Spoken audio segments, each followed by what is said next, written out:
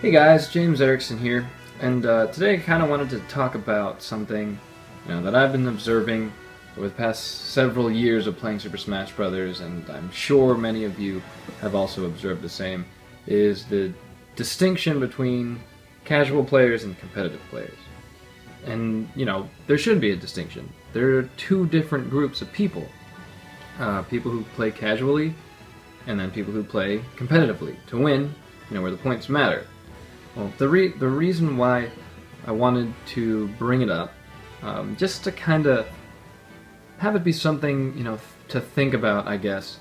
I don't have a loud voice in the gaming community, obviously. I mean, we are starting a YouTube channel, which it's something fun we do, The reason why we did this is because, we love to play, Super Smash Bros., Splatoon. We love playing other game modes, but the main stuff has been just the Mario universe. There have been many people watching our Smash Bros. Videos. They've seen that we do a lot of custom stages, we do free-for-all tournaments, we talk about what stages we like. We haven't talked about anything competitive, except we had some tricks and tips several months ago. They weren't advanced tips for Super Smash Bros. They were more basic stuff, just kind of trying to share what we know for whoever's trying to maybe pick up a character. We did Mario, Bowser Jr., Charizard, Bowser, Rob, and I think Falco too. Was it Falco? I don't know. So we haven't had a lot of videos on our channel that have been about very competitive Super Smash Bros. So those who are watching may assume that we are only into casual Super Smash Bros. And that we don't really get into competitive, which is fine. We don't really care much about that. But the topic of discussion, or whatever I'm doing today, we have our Smash videos on YouTube, so I thought I would give my 2 cents about some subject on Super Smash Bros. And that is the subject of casuals versus competitive. To distinguish the two, obviously everyone knows the meat and potatoes of the distinctions. You got casual over here, you play on any map you want, any stage you want. You play with items. I mean, you don't have to, but you play with items. It's not to win primarily, but it's for fun. I played, and did I have fun? And then you have competitive, where obviously the points matter. Winning is pretty much your goal, and if winning's not your goal, it's your personal performance. Training and practicing so that your personal performance grows. When you play, you're observing the way your opponent plays, and you're observing the way you play, so that you can overcome more and more obstacles as you're playing competitive Super Smash Bros. Now these are the two different realms of Smash, I guess.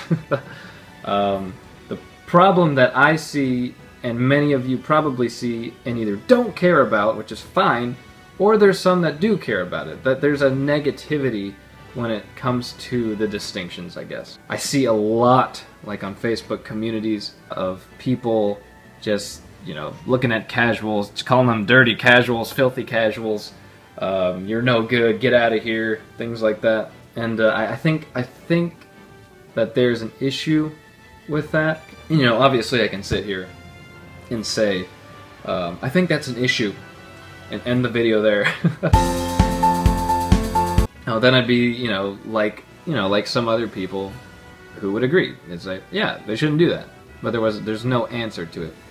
And then there's other view like that out there who would think, I play Smash Brothers competitively 100%, and anyone who plays casually should die. I kind of wanted to expound on my observations of the casual versus, or competitive versus casual type play, and just kind of go into each, and just maybe whoever's watching and actually cares about this, maybe it can help a little bit, because I think there's a lot of things in Smash Brothers that need to be celebrated.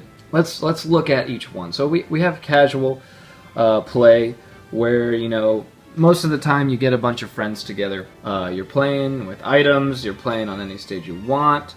When I look at for fun or casual, because I play both. I play competitive and casual. There's things about each that I look at and can have a deep appreciation about them. Okay, so when it comes to casual, like I said before, it's not primarily about winning, it's about having fun.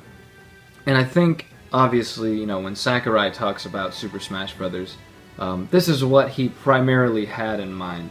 That people, you know, would come around the TV, pick their favorite characters from their favorite games, and just using all their abilities from those games to have at it and, you know, have a good time fighting with each other, using items from different games, you know, observing the different stages that have designs and artwork from the games that they came from, and just having fun with your friends. You know, you're not there to be competing against each other, but you're there, you know, to do your best and to have fun. There's nothing wrong with that, obviously. That's how thousands of people play the game. That was the intention of Sakurai. And then you have competitive Super Smash Bros., where the points matter, and it's not so much about where the character came from. You know, it's not so much about their game, who they are. It's about technique. It's about strategy. It's about who is the best character for me, or who are the characters that I can be good with. And if you're not in it to win it, you're at least in it to grow as a Super Smash Bros. Player. And there's an essence of fun, there's an essence of challenge, and I think as we as human beings enjoy a challenge. And so when we get into competitive Super Smash Bros., there's a fulfillment in there. It's challenging. We like to be strategic.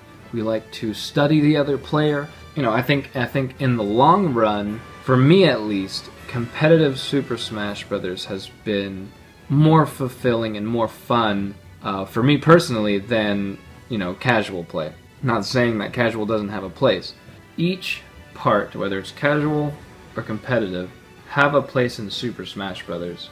And I think us who very much enjoy and almost see a superiority to competitive, I think we ought to celebrate or have an appreciation for those who choose to play casually. Every gaming community is going to have people who are the cancer of the group. That no matter what you say, they're not going to listen. They're going to think that their opinion is better than anyone else's, that their opinion is fact, and everyone should go by it. And those people, you know, whatever. But for those who are, you know, willing to look at even life, take a step back and think, okay, am I actually thinking the correct way, or am I thinking in such a way that is hurting others around me, and is it necessary? I think when it comes to the Super Smash community, an individual can choose to be negative, or they could, you know, take a step back and think, you know, where can I improve, you know, the way I look at another Smash player. It's the same when it comes to competitive playing. Where can I improve so that I can be a better technical Smash player? I think something that plays into our playstyle is how we go about interacting with other people, not only in real life at tournaments, but on social media. And I think if we can just do, like, even a small thing when it comes to competitive players getting at casual players, if we could, you know, stop being negative ourselves and maybe even speak out against it. I don't want this to be like a whole freaking let's get out and stop this. That's not what I'm trying to do here. This is a simple topic, something I just wanted to talk about real quick. I think if we stop looking at casual players as filthy mudbloods. Call me a mudblood. He did not. And start looking at them as Smash players, I think that you know, the Smash community will grow in a more positive way, at least in that sense. Casual players are playing Super Smash Bros. competitive players are playing Super Smash Brothers. They're just two different ways of looking at it. Just because you might be better at Super Smash Brothers than someone else doesn't mean you're actually better than that person. At the end of the day, we're both human beings. And if the casual player is going to be nice to the competitive player, and the competitive player, you know, is going to be an idiot toward the casual player, then at the end of the day, who's the better person? You know, say you are the best Super Smash Brothers player in the world and you're a jerk. You know, does it matter? Really? Super Smash Brothers is just another activity here on this earth. Anyway, what I'm trying to say is, the more we can do to appreciate one another in the gaming community, in the Super Smash Brothers community, I think the more positive people on the outside will look at the gaming community. Let it be a place where we can go, and there's always going to be idiots, but let's at least get rid of some of the crap that can be gotten rid of, or can be ridded of, or can be whatever. So if you're a competitive Super Smash Brothers player, and the next time you see someone who's a casual, maybe change your thinking a little bit and just think, hey, you know, they choose to play the game I love in a different way, and I'm just going to appreciate that. And I think starting even small as that can change the community a little bit.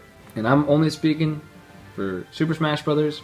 I'm only speaking to those who actually want, you know, to hear what I say. If you agree with me, that's awesome. If you disagree with me, that's fine too. I don't really care. I'm just putting this out there because I think in every activity under the sun, whether it's gaming or it's working or making food, I think, you know, we ought to appreciate what we have. When we see other people doing it differently, not to just look at them and say you're an idiot, but to try to appreciate the way that they're doing it too. When it comes to Super Smash Brothers, there's two different ways mainly, I guess, to play. There's the competitive way, and then there's the casual way, and then there's other mix and matches up there too.